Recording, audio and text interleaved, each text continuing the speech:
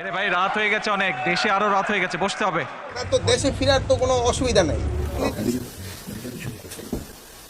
জাতীয় নির্বাচনের তারিখ সুনির্দিষ্ট হলেই দীর্ঘ 17 বছর পর নির্বাসিত জীবনের অবসান ঘটিয়ে শীঘ্রই দেশে ফিরবেন বিএনপির ভারপ্রাপ্ত চেয়ারম্যান তারেক রহমান।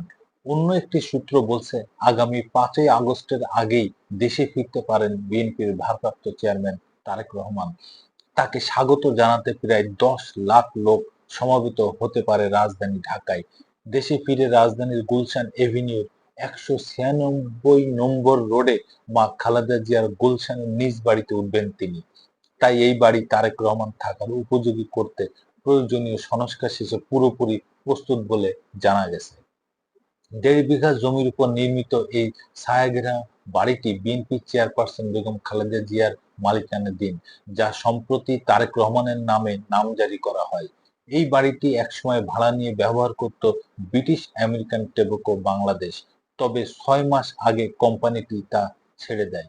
এরপর থেকে বাড়িটির অভ্যন্তর ও বাহ্য পরিবেশ তারেক রহমান থাকার উপযোগী করে সাজানো হয়েছে।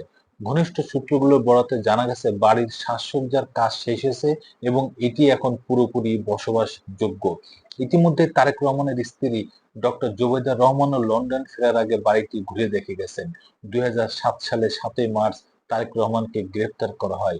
2008 সালের 3রা সেপ্টেম্বর জামিনে মুক্তি পেয়ে 11ই সেপ্টেম্বর চিকিৎসার জন্য সপরিবারে লন্ডন যান তিনি। তখন থেকেই সেখানে অবস্থান করছেন তারেক রহমান। 2018 সালের 8ই ফেব্রুয়ারি খালেদা জিয়া কারাগারে যাওয়ার পর দলের ভারপ্রাপ্ত চেয়ারম্যানের দায়িত্ব পান তারেক রহমান। উনি যেই কোনো সময় ইচ্ছা, উনি বাংলাদেশের নাগরিক, যে কোনো সময় ইচ্ছা উনি দেশে ফিরবেন। তারেক রহমানের দেশে ফিরতে কোনো অসুবিধা নেই বলে কয়েকদিন আগেই গণমাধ্যমকে জানিয়েছিলেন স্বরাষ্ট্র উপদেষ্টা মোহাম্মদ জাহাঙ্গীর আলম চৌধুরী। যদি বিএনপি এবং তারেক রহমানের ফিরে আসা বড় সমাবেশের মাধ্যমে গণসমর্থন লাভ করতে পারে, তবে সেটি সরকার বা ক্ষমতাসীন দলের জন্য চ্যালেঞ্জ হতে পারে।